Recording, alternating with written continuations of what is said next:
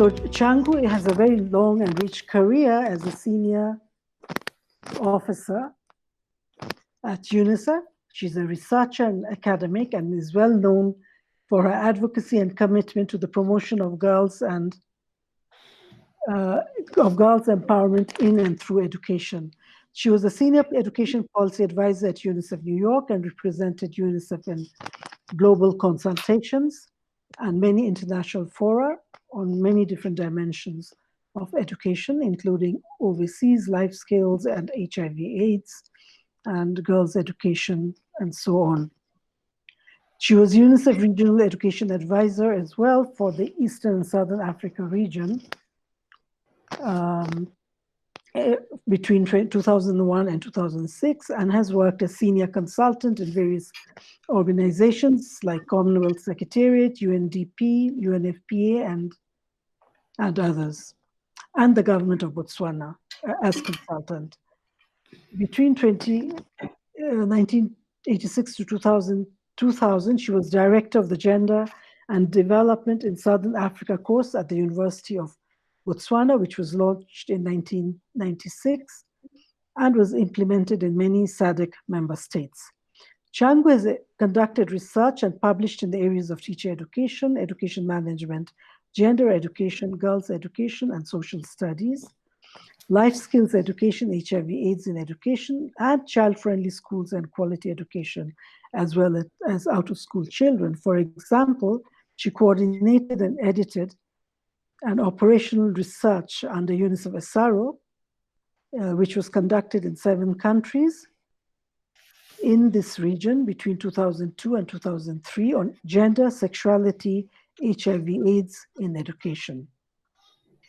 Changu, I remember meeting Changu for the first time when she was chair of NSA, which is a regional research network, this is early 90s, that coordinated and supported the country chapters to conduct pioneering research on the education of the girl child in the early 1990s. Over to you, Changu. Thank you so much, Sheila. I am really honored by Sheila and Jaslika for inviting me to this very important engagement. And I am also really happy to have been put as the third person to speak because what Megan and Justice Kwame have done is to lay the groundwork for me, because it's very important when you are looking at education and girls' empowerment in emergency situations to look at it within the context of structural issues within the whole society, whether it's the political structure, economic structure, whether it's the health structure. So all these are intertwined. Education is linked together with them. So I think that type of overview, which has been provided by the first 2 speakers, Megan and Justice Kwame, has really helped in the focus which I'm going to provide on education and girls' empowerment in emergency situations, with a focus on gender-based violence. One of the important things which I want to highlight is that in emergency context, the vulnerability of girls and boys in and around schools is heightened for those of them living with disabilities, like it has just been mentioned by Justice Kwame, and also those who are in institutions of care, like those who are actually in reform centers or in prisons, and those living in extreme poverty, living in child-headed households as one of the impacts of the HIV/AIDS pandemic, and those households headed by females, and other households which they're headed by grandparents in sub-Saharan Africa. So you find that we also have got girls and boys who are on the move as migrants, as refugees, as asylum seekers, and as internally displaced people. So all these are girls and boys living in situations of emergency. So we need to provide that broad understanding to be able to see how we situate COVID-19. I also don't want to downplay girls and boys living with HIV as we are speaking now, because what UNAIDS has also made very clear is that in some of the countries, even in my own country, the number of girls who are being infected is also going up and up. And one of the reasons why is because of gender-based violence, which is also a huge problem throughout our region. So we also need to keep in mind that when you think about gender-based violence, we're also looking at those girls and boys who are facing discrimination due to gender identity, sexual orientation, and also due to the lockdown during COVID-19. So now looking at all these issues, so looking at the risk factors linked to violence in and around schools, one needs to really emphasize issues of inequality. One needs to emphasize issues of social norms and patriarchy, and because those are the ones which create this negative masculinity, which impacts on the lives of girls. So we find that we have harmful gender norms that become even more entrenched in situations of emergency and also in situations of the pandemic, which we are in right now. And these are situations where you will find that in emergency situations, girls are confronted with sexual abuse. They are confronted not just with sexual abuse, but psychological abuse. And this psychological abuse can happen within the school environment. It can happen in centers of learning, in refugee camps. And this psychological abuse can also happen in the home. So that that is extremely important to keep in mind, that when we are talking about gender-based violence, we are looking at issues of bullying, we are looking at issues of social abuse, we are looking at physical abuse, and with boys who suffer much more from, for instance, corporal punishment in schools than girls, whereas some of the research has shown that girls are really impacted a lot by psychosocial abuse in schools because of gender stereotypes, especially when it comes to certain subject areas. And so this also heightens the fact that when we are looking at how to mitigate and how to end gender-based violence, I want to highlight the importance of research and data in this area. And that is why I really appreciate the research which Megan has done. However, when it comes to education, we still have a long way to go in having adequate research on issues of education in emergency situations that can inform policy and practice in schools and in education systems. So what is the way forward in terms of emergency preparedness, rapid response, and how to address these issues? So one of the important challenges, which I was very happy has been highlighted by the Justice, is issues linked to legislation and policy frameworks. That we really have serious fault lines which prevent laws and policies on school-related gender-based violence from being effective and from being implemented.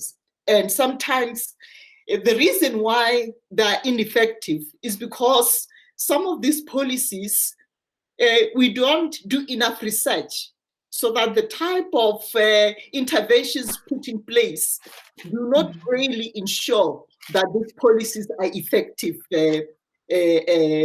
on the ground. A very good example is issues which in schools are faced by girls, like defilement, like pregnancy, sexual abuse. You find that there will be a law saying, like in Uganda, that defilement applies when girls are below 18 years. But then when you go to implementation, you will find that the law will apply to low-income men who have defiled, but middle-income, high-income men, politicians, who are, some of them can be teachers, you find that the law in terms of enforcement does not apply to them.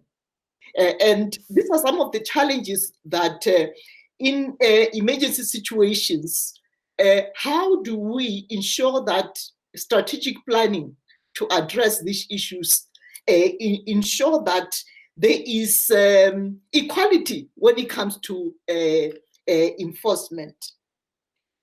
So you find that a lot of these policies on linked to gender-based violence, the action plans are very weak if they're available.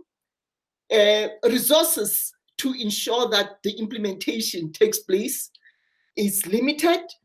And teachers, you find that some of the research which has been done in Africa by UNAIDS, done by UNESCO, UNICEF, has shown that a lot of teachers are very eager to learn how to address gender-based violence in the schools, but they don't have the training and they don't have the mindset to address this, because these teachers are coming from societies where gender-based violence is increasing from day to day and is actually escalating during this period of time. So basically, in terms of the way forward, we really need national education plans, strategies to incorporate policies, procedures, governance, curricula, pedagogy that involve all stakeholders in the school, preparing stakeholders to understand these policies and even to develop new policies, these stakeholders, be they parents, be they NGOs, be they the girls themselves and the boys themselves. And so that they're part and parcel of the response. Some of the research which has been done, do I have a bit more time? I think maybe 30 seconds. Okay. Some of the research which has been done has shown that when it comes to sexual abuse and bullying and gender stereotypes, when you bring girls together and work with NGOs which have expertise, these girls are able to get empowered. Working with teachers to strengthen teachers' confidence, to address school-related gender-based violence, engaging communities in whole school approaches to gender-based violence. Whole school approaches, like ensuring that schools are centers of safety. And these whole school approaches have been tried in conflict situations, like in Uganda, like in Mozambique, where there is a good school kit, where the whole school community, including the young people themselves, get an understanding of rights and respect within the school communities. I would like to say, I'll end by saying that linked to the pandemic, but also linked to the overall understanding of education in emergencies, you find that in all our countries, it's in a situation of lockdown. Some of the schools in our countries, the teachers have provided textbooks so that children can continue learning. And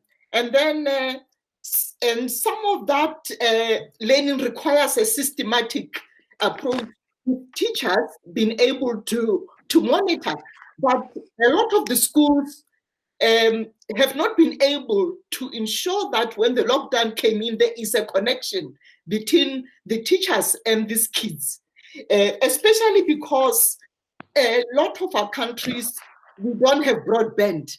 In Botswana, only about 46% of the population has broadband. So you find that it's only elite schools where you find that these children at home are learning through open and distance learning, and they still are linked with the teachers. But the majority of these children are not learning because we don't, we have not scaled up apps which can be used, whether it's on cell phones, or whether they can be used or on TV, on computers, so that children can continue learning. Even maximizing on the use of the radio has not really been capitalized on. And one of my suggestions is the role of the private-public partnerships in providing funding and technical expertise when it comes to this whole area. So I think I would like to finish by saying that it is very important that when we are looking at schools and in situations of education of emergency, we really have a whole structural approach where we involve economic, social, and education and health legal expertise, so that we address the whole system. You cannot address education on itself. You have to link it with other sectors. Let me stop there. Thank you. Thank you so much, Changu. I know there's so much to say and share. I think I will pick up on two things from what you said: the whole issue of taking a whole school approach, multi-sectoral approach, bringing in other sectors, which I think is running through the other presentations implicitly or explicitly, but also the gap, the enforcement gap, which is very important. And thirdly, this is where I would like to take over the presentation to Berhan, and after that we can answer questions together, is where you're talking about the digital divide. Yes, we have technology which is helping some children, but is it actually increasing the inequity between those who have and those who don't have? So yes, ICT is a great thing. And I think Changu will bring you back later in the general discussion so that Berhan can actually try and answer this question through her presentation. But I think it's a very important point that you've raised. Thank you for that. Mm-hmm.